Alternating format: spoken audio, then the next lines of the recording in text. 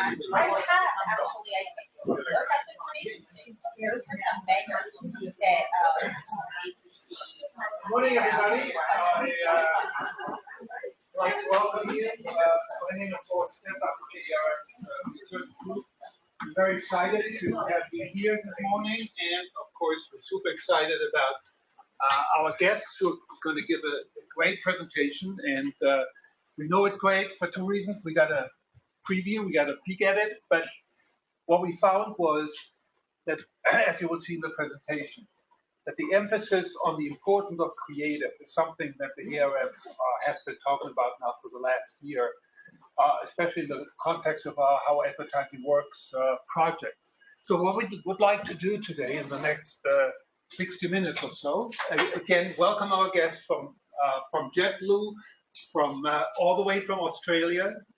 And our first speaker is going to be our own Dr. Neuro, Dr. Manuel Garcia, who's going to give you just a 5-minute quick summary of our How Advertising Works project to kind of make the point that I just did, which is how well this fits into what the ARF thinks is the most important research agenda today, to refocus on what we think is really essential, that you use scientific insights to improve the creative, because we believe that if the creative doesn't work, the best media plan doesn't work. And with all the focus on should we do mobile, how much do we spend here, how much do we spend there, what's often overlooked is that how important it is that you really have a creative message, that you test and that you optimize. So Manuel is going to speak for a couple of minutes, and then our main event is going to be the presentation from Forethought on JetBlues.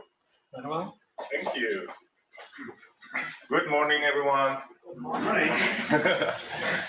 So as Hart was saying, we've known for a while that the creative is really, really important. And you look at different studies and you see like 60, 65, 75% of success of an advertising campaign based on the creative. But what we found recently in our project, How Advertising Works, it's how determinant is the creative strategy when you're advertising across different platforms. So first of all, we saw with tons of very different KPIs that advertising across different platforms is better than advertising on one platform. But that for that to happen, that just not happen magically, that we need to have a unified message, we need to have a unified theme across the different platforms, as we will see in a minute, to actually reinforce that message in the memory of the consumer and have that kicker effect, have that increase by adding platforms. And also we'll see how important it is to customize your execution to a platform. Because there's a very missed opportunity when you're just getting one copy that works on TV and just repurposing it everywhere. So just very simple, in one of our original experiments, we saw it's very simple. Then if people see the campaign once on mobile and once on TV, just purchase intent, an edit recall, a lot of different KPIs are much higher than if you see the campaign just twice on TV. So it's like 1 + 1 = 3. But that for this to happen, as I said, it's just not magically. You need to have a unified campaign, a unified theme. In this case, would be for TV and for mobile. And then we tested that with an experiment using EEG and looking at indicators of memory activation. So in this very case, we actually had people exposed to a TV show for like 30 minutes with commercial breaks, and then 30 minutes later, a radio show for also 30 minutes with commercial breaks. And then there were some campaigns that were for the same brand on TV and on radio. In some of those cases, the campaigns were unified, but some cases they were not unified. So we were looking at indicators of memory activation in the consumer brain. This is what we saw. So in case 1 and 2, where the campaigns were not unified, they were like different things, different message for the same brand. The activation of memory in radio was even lower than on TV when they had seen the same brand just 30 minutes before. That's actually a very large missed opportunity. But see what happens when the campaign was unified. So you're creating this memory structure, you're creating this message in the consumer brain, and then 30 minutes later, you're reinforcing the same message on a different medium. And memory activation went up even 95%. So that's a big difference. And let's see why this is really important. So we see when we look at different campaigns that those campaigns that use unified message across platforms, but also customize the execution to the different platform, they show 57% more impact than those that are using not unified campaigns across different platforms. And this 57% impact translates into sales. And look at how large this opportunity is. So by now, there's only 38% of campaigns across platform out there that are using a unified message and also customizing the execution to the platform. So we have still big opportunity to obtain that 57% impact. So as I said before you unify the campaign and before you customize the execution, mastering the creative is absolutely crucial because, as Horst was mentioning, and I mentioned before, 75% of impact depends on the creative. So before you unify the creative strategies and before you customize the execution, we need to talk about how to master the creative using science. And our speakers are here to talk about that. So I'm going to hand it over to Rachel now to introduce the speakers. Terrific. Thank you. Thank you. Thank you, Manuel. Thank you, Horst. And thank you, everyone, for coming in this morning. I'm Rachel Edwards. I'm Head of Marketing and Relationships at Forethought. And I'm introducing to you the pure and applied of science-inspiring creative. So Ken Roberts, President and Founder of Forethought, a marketing science veteran, 25 years ago, he opened the doors of Forethought to bring science to the way creative was being executed and tested. Ken is a serial inventor. He holds the US patent for the quantification of implicit discrete emotion in consumption behaviour. That's a fairly big deal to try and get a patent right now, but Ken's managed to do that. He has a couple of other patents. It's one of his hobbies. And he certainly led Forethought to being the most commercially effective marketing science firm in Australia. So Ken is going to share with you the pure, to give you an education ahead of the applied. And for that, we welcome Elizabeth Windrum. Elizabeth is Director of Brand and Advertising at JetBlues, certainly a darling of the East Coast markets in aviation. She's responsible for marketing and communications and brand building across traditional channels and social media sponsorship, promotions, etc. Prior to joining JetBlues, Elizabeth spent 7 years at E&J Gallo Winery, where she led the Barefoot wine and champagne bubbly brand, the most recognised and loved in the category. Elizabeth, previous to that, held marketing and finance roles at Terra Firma Capital and at Citigroup Corporate Investment Bank. She has an MBA in Marketing and Operations from Wharton School of Business and an economics degree from the University of Pennsylvania, very well credentialed marketer, and we welcome her to the room. That's an introduction Aussie style. So with that, I welcome Pure up to the stage, Ken Roberts. Thank you. Thank you.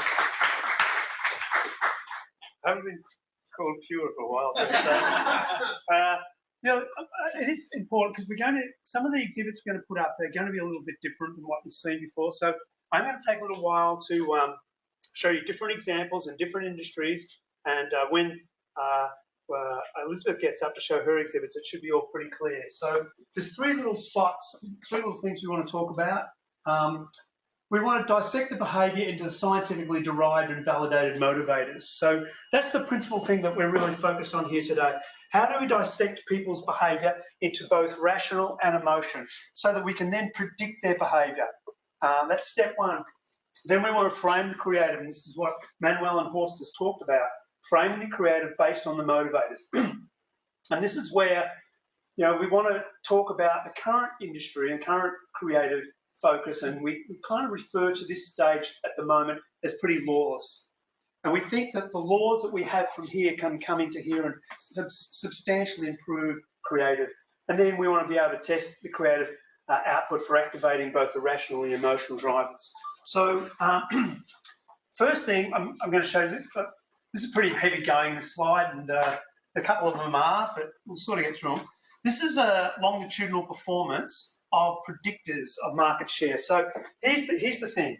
If your contention is that you can develop a model that will predict change of market share, predict change in market share, and so you successfully are doing that, then you can look at the constituents of that model and look at how you're performing on those constituents. You should be able to alter your performance on those constituents and therefore alter your market share.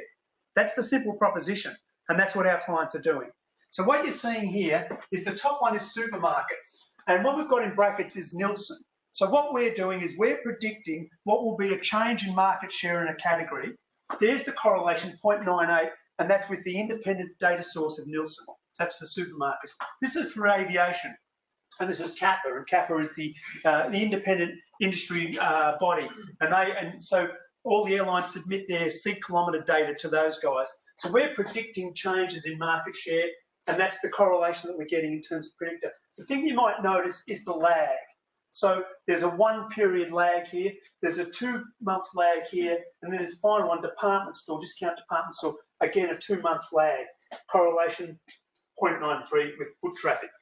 So all I'm saying to you is that this stuff is all validated. It's actually predictive. So if you can predict change in market share, you've got a model that's doing that, which has all the drivers in it, we're going to look at that in a moment, then you ask yourself, why aren't we actually working with those drivers to actually forecast change in market share? Why aren't we seeking to improve our performance on those drivers? So this is a model, and I'm going to put up 4 or 5 of these for us to get our head around, because we're going to look at these in a bit of detail. So the first one I've put up is a Campbell's one. It's all real, and so there's components here. There's an emotional component, and then there's this rational component. Now, you can see that price and quality are about, equal to each other, about 50-50. So it says here that if you give me $1, then I expect to get $1 of quality, or quality being the collective expression of everything that's not price. So then quality is made up of reputation and performance. So let's just take performance, providing a rich, deep flavour to cooking. So we can see what the relative importance of that driver is. And so this overall model, both of price, reputation, performance, and emotion, enables us to predict change in market share. So they are the consumer's constituents of what actually drives their purchase behaviour. So I'm going to flick a couple. Yell out any questions as we go, and I'll sort of slow down a little bit. How did you get that? That's all derived. So this is based on, these ones are based on regression analysis. So multivariate. This one is based on Bayesian. So it's all, I guess a few years ago we stopped talking about how we get it, because we were losing so many people. It's very straightforward. It's survey data. It's online. Thank you. So I'll show you a few of these, and maybe for some of your categories.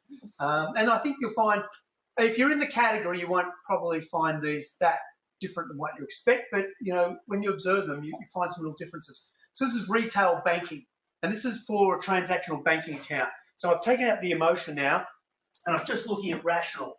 And so it's mainly quality over price. And when you look at how they define quality, it's not only about the products, but it's also about the customer service. Here's the really interesting thing. When you go across to price, where's interest rates? Interest rates doesn't appear under price. It's all about the fees. So you do these models, and you often find some pretty interesting things, particularly longitudinally as you see what falls in and falls out. This is online lifestyle. So now there's no price, but it's effort. And you notice that, I'm going to show this because once we look at newspapers, you'll see a dramatic difference. So emotion is accounting for about 28% of purchase behaviour here, and it's mainly positive. And when we look at, so what's effort defined as? Loading the content, accessing the content, finding the content, and getting past advertising, which is, not happy about that horse, but it turns out that it's a driver. So you see what we're doing here. We're looking at all different categories, and we're looking at what's the relative importance of non-price, of effort, and what's the importance of emotion. And then what we want to be able to do is we want to translate this into creative. And then we predict that it will change market share. We have models that will show what the predicted change will be. And then we want to look at the veracity of the advertising to see if it actually changes market share. This is kind of course. Ken, for banking, did you say you just didn't show the emotion data, or do feelings have no relevance for banking? Feelings has less relevance in banking. Yeah. Okay. It all depends the product, by the way. Mortgages, actually, it's pretty high.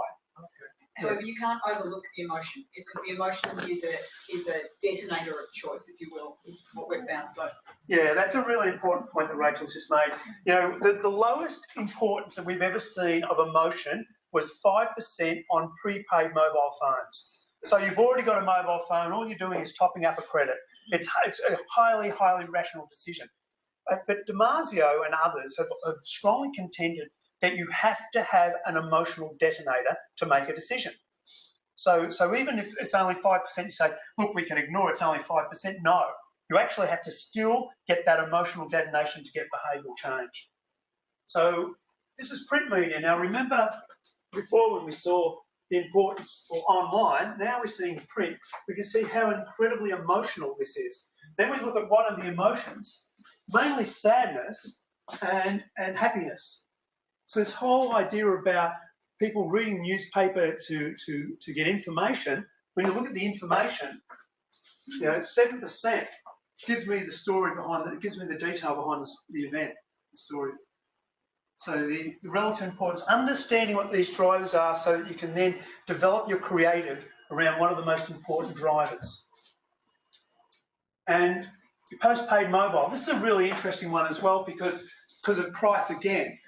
So notice here that the second most important driver for mobile phones is calling and texts. Now, calling and text was, of course, the vast, by a long, long way, the most important driver.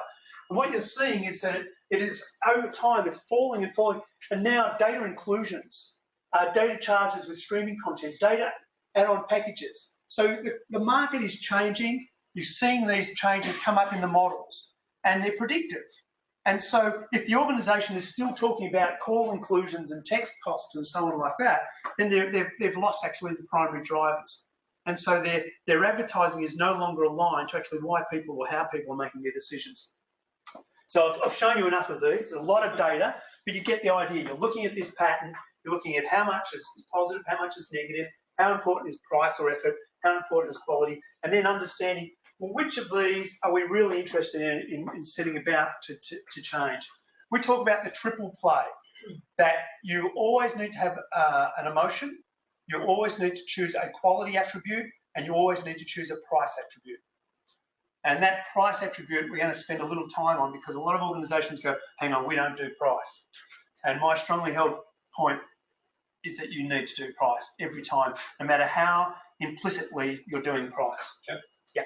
You've shared these for like category levels. So do you look at brands and competitors as well and see where, I mean, you might have something that's important for the category, but you have a competitive advantage in something else? Really critical, Mark. Absolutely critical. I think that maybe Elizabeth might want to talk about that in terms of what are they choosing to do and, you know, in terms of down. But you're absolutely right.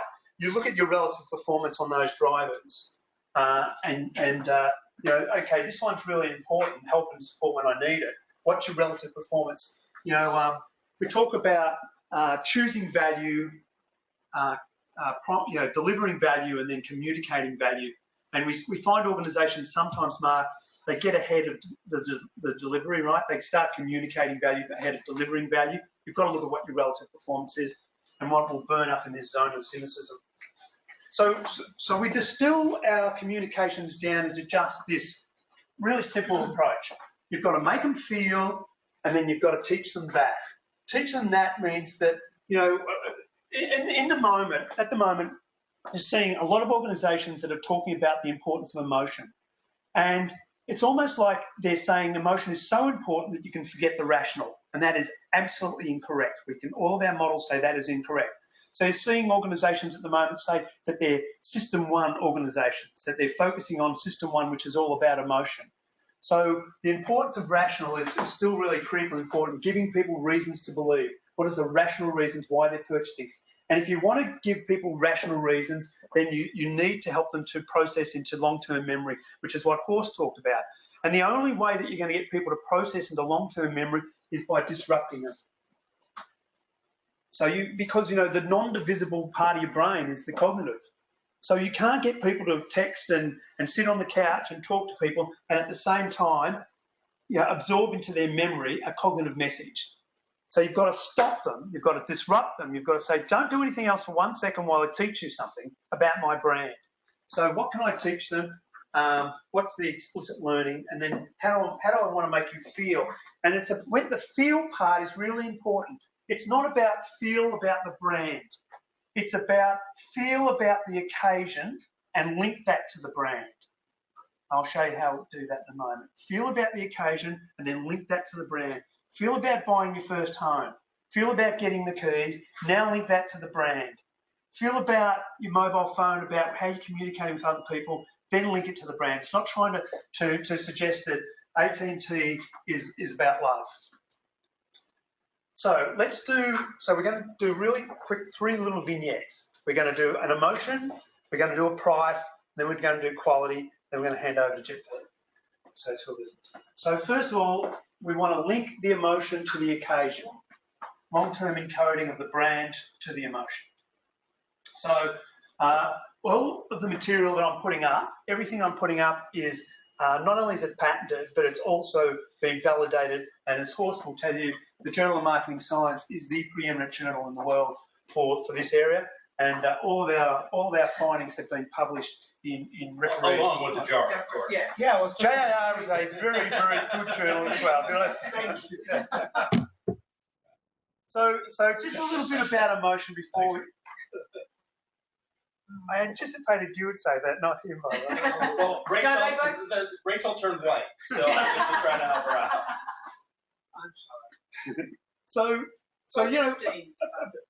about feelings. Now, look, we've all heard about measurement of feelings. I think that we're still doing focus groups a lot, to understand feelings, and that's okay in a contextualization, way, but it's not actually trying to get to the core feelings. So this is how our minds work. It's a very simplistic model. It's Damasio's model. So first of all, we have a state of emotion. Now, just think for a moment that you're walking down, this is a very Australian example, you're walking down a grass path, you're in the bush, you hear a rustle, and suddenly you move away and you believe that there's a snake. And then you realise that it's nothing at all. So you've just been through a process there. First of all, you're always on. Your emotion is always on. And so even though you were talking to a friend and you weren't thinking about anything, your emotion picked up this rustle in the grass. So there's this emotion.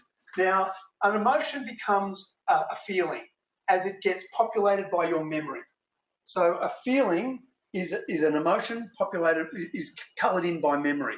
About I've heard a noise in the grass. I think that might be a snake.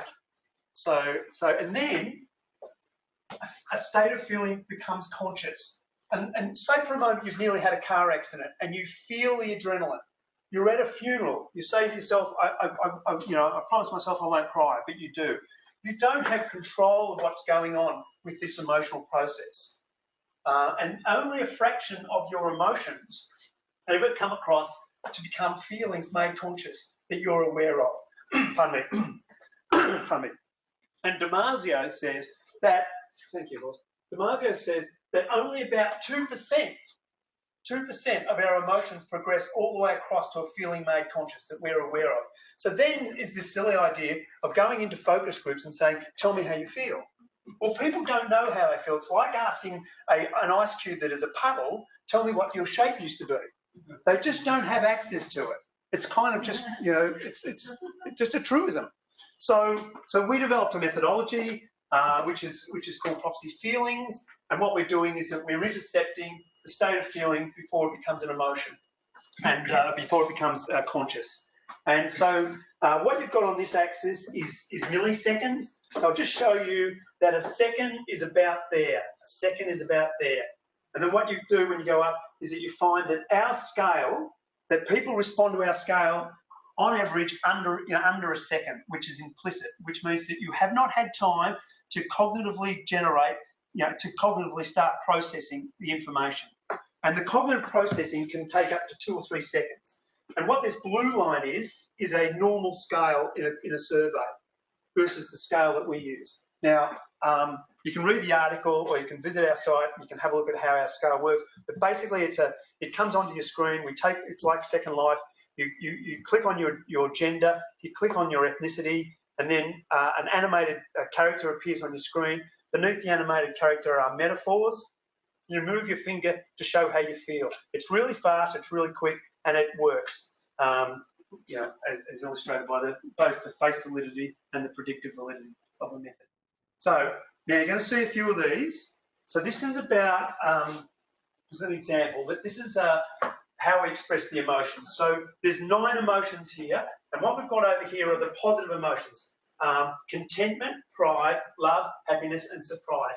And surprise can either be positive or negative, by the way, but they're the positive emotions. And what we've got over here are the negative emotions: anger, shame, sadness, anxiety, and shame.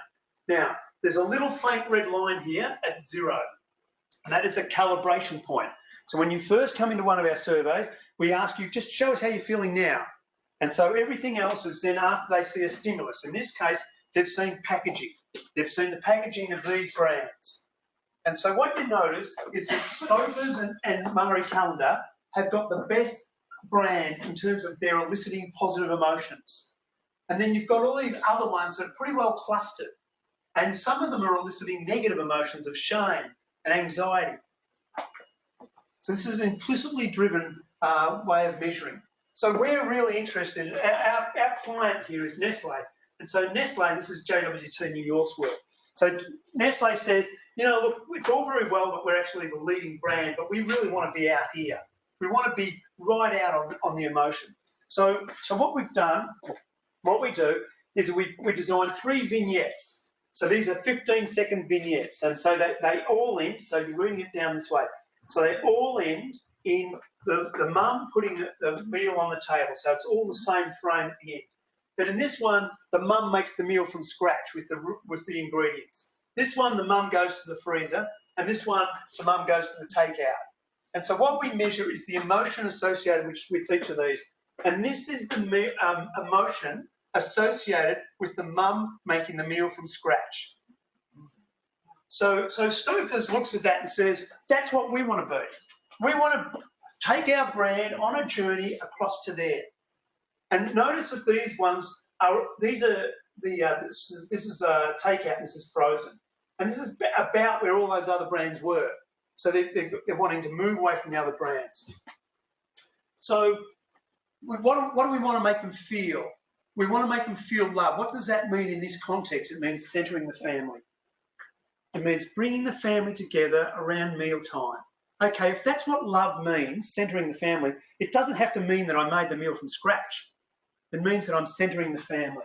And then what do I want to teach them? Well, there's still some really important rational drivers that we need to understand. So I'm going to show you a spot from 2014, JWT spot. The really important point is you get the cheese pull. So the cheese pull is the rational signal for Hardy. Oh, yeah. So I think the next slide is I'm going to show you at this spot. As Katie puts her cell phone down for the first time all week, she realizes that Stouffer's lasagna is topped with fresh cheese that browns beautifully. Fresh cheese and a touch of aged Parmesan is what gives us our irresistible flavor. What? When you start with the best blend of cheese, you get the best lasagna. Stouffer's, made for you to love. Nestle, good food, good life. So this is our objective. This is our objective. This is a meal made from scratch. This is where we started the journey. And these are the two. This is one of the spots you've just seen. I think we just saw the cell phone. So that's how the cell phone tested in terms of it's practically and that's the brand, by the way. That's not the ad that we've tested. That's where the brand is, and that's the journey that they've taken. So that's a little vignette about emotion. Thought I might just put this one in. This is a category that everyone's familiar with. For 9 years, McDonald's have been saying, "I'm loving it."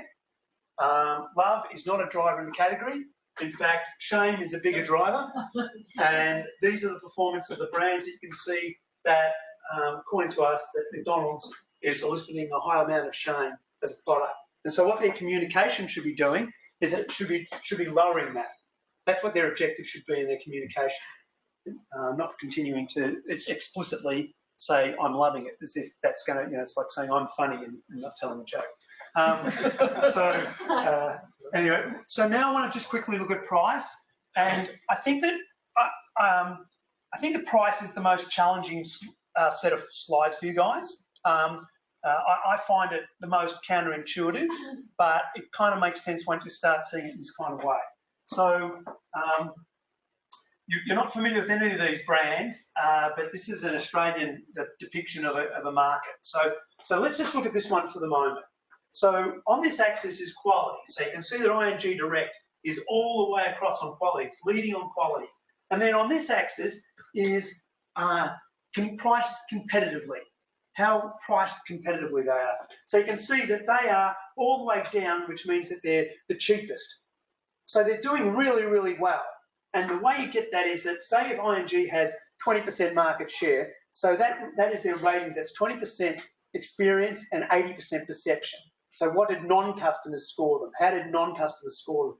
Elizabeth is going to talk to you about how important it is about what non-customers' perceptions are on these drivers. So what we've now got here is, instead of the market perception and experience ratings, we've got the actual interest rates that they were charged charging at the time that were in field. And then this is what you get out of that. So these are the brands that do not have a strong price reputation. And these are the brands that have a strong price reputation. Now, it's just a great folly to think that we don't talk about price. Well, in some ways, you need to be talking about price. You need to be good value for money to be chosen. So if you're not in some ways talking about price, you should be. Now, just an example, IHOP don't talk about price, but they do. They talk about price through this abundance of food. You can do price in all sorts of ways without actually explicitly saying a price, without explicitly saying a number. So I just wanted to show you this and contrast it for the next little vignette, which is about quality and performance. Notice here, in June 2011, this organisation, this is the red brand is the client, and the red brand had a price deficit. It was considered to be not as price competitive, and this brand was doing much better. Notice that in just 6 months, that the complete change. So by the way, there was no disparaging advertising here. They were more effective at communicating that they were price competitive, and that caused the other brand to drop. The other brand didn't do anything. It's a relative communication here. Really important.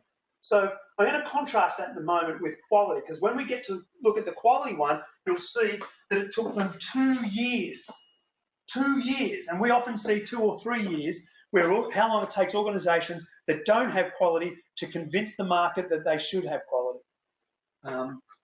So now we want to do the reason to believe. So this is the last little vignette before Elizabeth takes over. And quality is a brand attribute. So there's the other exhibit that shows you just how long it can take. So they've started with this massive quality deficit, and it's actually 2 years on before they actually overhaul their competitor. And that's after consistent effort at focusing on just 1 or 2 drivers of quality. So this is the actual drivers. So now you saw them in that round format before. Now this is just the hierarchy here of importance. So this is a store I feel comfortable in. This is discount department store. This is all about people not spending. This is mums not spending beyond their means. It's not ambient comfort. It's comfort that I'm feeling okay, that I'm not going to go beyond, what make ends meet. So the organisation decides that they're going to focus on this, and this is 2 or 3 years later, how they've gone from being way over here and being led by a competitor called Big W and having nothing over here as a value proposition. Not having nothing as a value proposition. The only thing were product returns. They were considered to be the leader in the market for product returns. You can see what the relative importance is of that as a driver. So yeah, and so that's not what they're going after. They're going after that. So just along the way, what we developed through the cognitive are a playbook, which is some things are penciled in, some things are written in ink. So this is the sort of thing that's written in ink. Banking messages designed to elicit an emotional response that are not complemented by a proof point in the form of a rational benefit burn up in the cognitive zone of cynicism and do not result in either an improvement in the brand or behavioural change. So these are the kind of rules that we develop over time, and what you see. So these are spots, and this is a period. Michael, how long would this be? 2 years? 18 months. And so this is how the spots were performing originally, and this is the coaching that we're helping with the creative agency about how people are making their choice. And this is how the spots are performing around now. So this is non-customers' intention to go. So you can see the grey is non-customers' intention to go to that store. You can see how markedly it's improved over time, and along with it, foot traffic. So the last couple of little points. What's the hold-up? We ask ourselves, what is the hold-up? Why are so many organisations slow to use science? Business planning, account planning, then the big idea, the creative, the pre-test, the communication, the market response. Why is this stage lawless? Why is this stage lawless? We sort of want to ask that question. It's not lawless in every organisation, but it's lawless in a lot of organisations. When there is so much clear marketing science that should be informing the creative, we ask that question. So, lawless game of chance, indiscernibly better than gut instinct, which is an expression you used just before, of course, with no predictive validity versus scientifically validated rational and emotional drivers of market share. So here's a couple of reasons why we think that we've been slow to adopt science to inform creative. Is it the sins of the past that continue to haunt our living memory of analytics? And is it our sins, the research company's sins of making things too complicated, inaccessible? Do we have a past aversion to analytics? Are we a little bit scared of data? And therefore, we have a lower comprehension of the power of predictive analytics. So a lot of organisations now are starting to say their planners are now becoming, instead of strat planners, now becoming data planners. Are they actually doing the kind of analytics that are giving you predictive models of change of market share, or are they just giving you means and whatever? And are they focusing on the current period, or are they thinking about a longitudinal? So the predictive analytics. Is success sometimes our greatest cause of failure? Every now and then we produce commercially effective communications beginning a new run of perhaps unjustified confidence. Is our folly to rely on insights that are indiscernibly better than gut instinct? And is there a fear that bringing in specialist marketing scientists will cause us to concede ground and encroach on the agency's advice and income? And what about the belief that analytics is a threat to the creative integrity? That is a really big one. What about the idea that analytics is a threat to creative integrity? It's our last one. Creativity thrives best not when it is lawless, but when it is constrained. And there is any number of studies that have found that. That creativity is better when it's constrained than when it is lawless. So thank you very much. I would now like to hand over to Elizabeth. Thank you.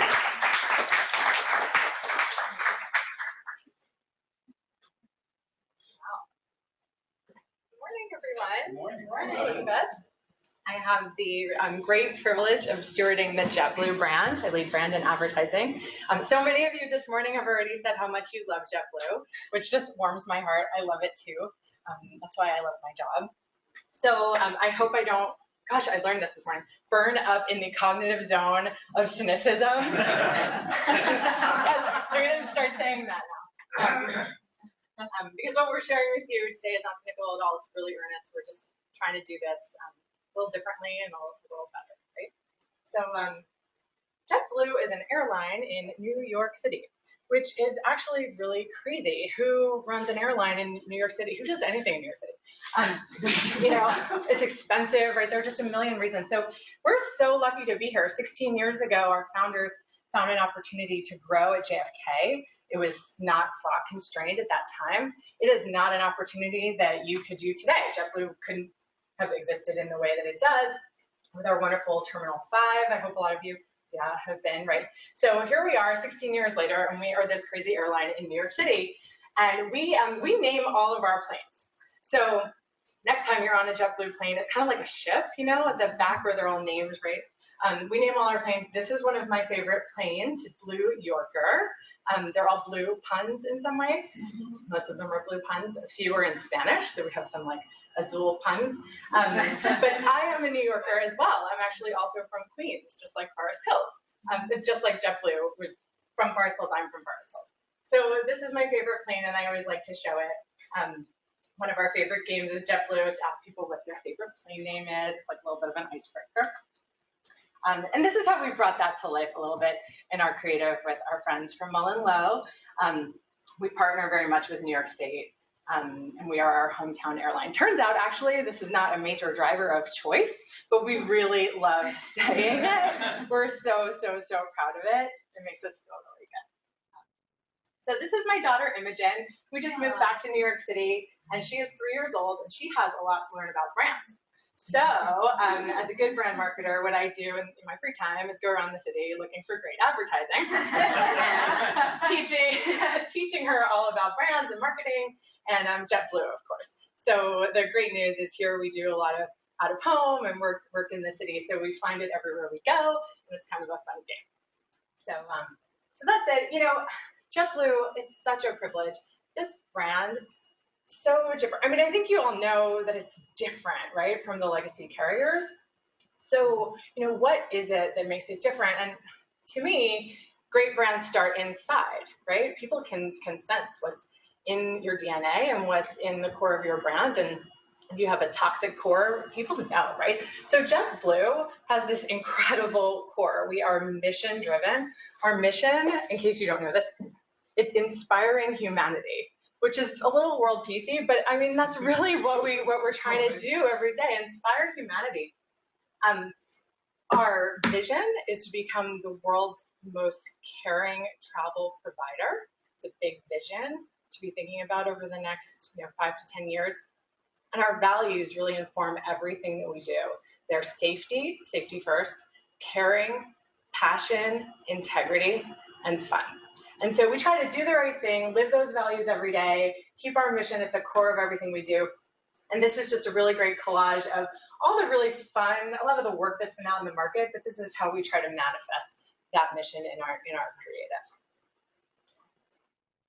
So this is our route map. We are 16 years old and growing. I think a lot of people still think, oh yeah, JetBlue, I can take that to Florida, right? We're so, right, I know, but it's so much more. Like, who's surprised, right? There we go, all these places. So we have, in fact, we're just hitting our 100th city, and that will be Havana.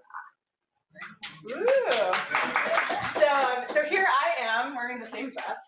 That's my big J dress. In Cuba, yeah. So we launched not Havana. We launched Santa Clara last week. We were the first commercial flight from the United States in over 50 years. Commercial flights stopped before there were even jet planes flying commercially, that kind of route. So really big deal. So exciting to be part of that. Fly to Cuba. They were all there to welcome us. We're in the New York Times, right? But the cool thing is we were first, right? And that's, part of it. it's important not just to sort of say we did it, but because that's who we are, right? We like to be innovative. That's part of our DNA. So I really like this quote from one of our founders, Dave Barger, who is our CEO. Ellie found this quote, and I'm stealing it. So, what got us here in 10 years is going to have to be different at the end of 20. He said this is our 10th anniversary. We're now 16. We have to continue to change, and I think that the threat to JetBlue is JetBlue. There's always going to be not just a copycat, but someone who's going to leapfrog you with something that's new. I think we've got to be part of that landscape. Innovation has got to be part of our DNA, right? So, we've seen this over time with, everyone talks about the TVs, right? I love JetBlue. Why? Oh, you have TVs. Oh, you have the leather seats, right? These are things that people are starting to copy. In airline product, you can't copy real fast because planes are expensive and they take time to build, but they do catch up, right? So we have to stay ahead in terms of our product, but also in our marketing. And that's really why we're here today, partnering with our great friends at Forethought. This innovative marketing, this leading edge of science, doing things a little bit differently is so important, not just in the sort of practical airline product stuff, but in the way that we think about ourselves and the way that we try to grow our market share. So, transitioning into what we've been doing in terms of the research, what you're all excited to hear about. We have launched some studies with Forethought to try to figure out the and Ken's going to keep me honest here to make sure I'm saying all the science right.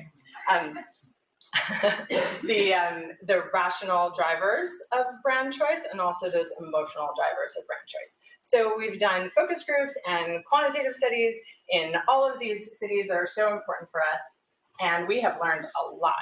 Oh, slides are skipping. Out of order.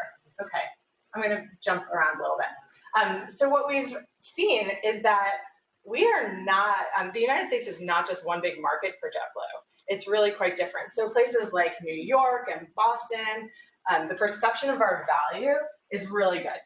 We're out here in the sort of green zone where people understand that we're great quality, great value for money. But in other markets, I think that might be California. We're a little bit further in. People don't understand our value proposition quite as clearly as they do in New York and Boston, where we're more developed. So we learned that we have some work to do in some different markets. Oh, we're all out of order. Okay, I'll just keep talking. Yeah? Okay, we'll go here. Another really great thing is that our NPS is outstanding. People love us. Our customers are just blown away by our service. They understand it. Something we heard in a focus group that I'm stealing, we heard just last night, was it's love at first flight, which is great, right? They understand our value. This is compared to some of the world's best airlines. I mean, Singapore Air, the fact that people in Boston, our customers in Boston, rate us with them is really extraordinary. But we have to tell people who haven't experienced JetBlue about that. So if you look at this, this is really showing that our customers put us very highly rate us, right? On average, the market sees us as very good, very good. But there's a gap between our customers and our non-customers. So the long story short is people who've flown us really understand that NPS is coming through. The people who haven't experienced the brand don't quite know yet, and we need to figure out, there we go, back on track. We have to tell them, right? We have this huge opportunity to get people to understand why JetBlue is so different from what sounds like you guys already know, right? But to get people who haven't experienced JetBlue to understand. So we have to tell them, and we have to get them talking. We need to drive word of mouth. So mass media is definitely a part of our mix, and that's important, and it will continue to be important, but we also need to make it talkable. We need to make our experience talkable as well. So what are we going to say, right? So what is important to communicate? Is it just about like free Wi-Fi and TV on the plane? Is that it? Like what do we say about us? And so we've been working to figure out what the science can tell us about what we should say. What are the actual drivers that if we are able to communicate those, that will increase our market share, right? So we have looked at this, and what we saw was good news.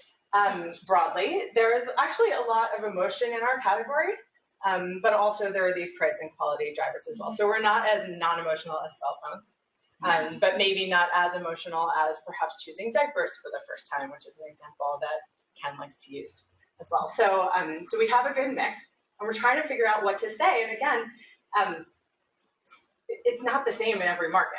So some markets are a little bit less emotional, some are a little bit more emotional, some, this is actually a comparison of general market and people who have not flown JetBlue, right? Are non-customers. Irregular.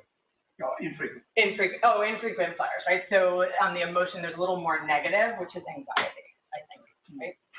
So again, point being, there are just a lot of differences in the market, but we have to figure this out because I love this. This is art that I saw at the Google headquarters downtown. If you ever get to go there, very cool. You know, it's like all the free food, right? All the Google stuff, but they have art everywhere. It's beautiful. Really cool stuff. And I took a picture of this when I was there because I loved it. I'm trying to get a copy for my office, but it's people buy feelings, not products. I mean, we all know that. I fundamentally knew that. And so that's just what we're trying to really get at. What is that feeling that we need to be sparking? Because it's so important, and it can't just all be about free Wi-Fi. So not that that isn't awesome, right? Like, who doesn't like the free Wi-Fi? So we looked at our emotional profile by market. In general, in New York and Boston, a little more towards positive emotions. We see a lot of like love and pride and happiness. A little bit less in markets where we're not as developed, but we're getting there.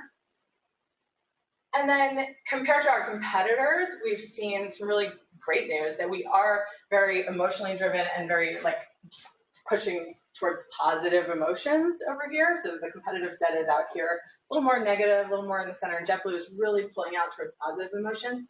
But again, when you look at non-customers to our actual customers, huge difference. Huge difference. So again, there's just this opportunity to differentiate ourselves and let people who are not our customers know what our customers clearly know and feel about us. So, I mean, that's the high level. I'm happy to take any questions, but basically, what's next, right? So we've done all this work. We've figured out what the rational drivers are, what we think the emotional drivers are, and we have to now sort of say, okay, how do we implement all of that? So we're partnering. Do not do this alone, by the way. Like, public service announcement, have an amazing agency. We work with Mullen Lowe, and together we're figuring this out. And we are going to take these learnings that we have. We're trying to contextualize the emotion that we're trying to target around pride, love, happiness, right? And understand what that means in the context of an airline.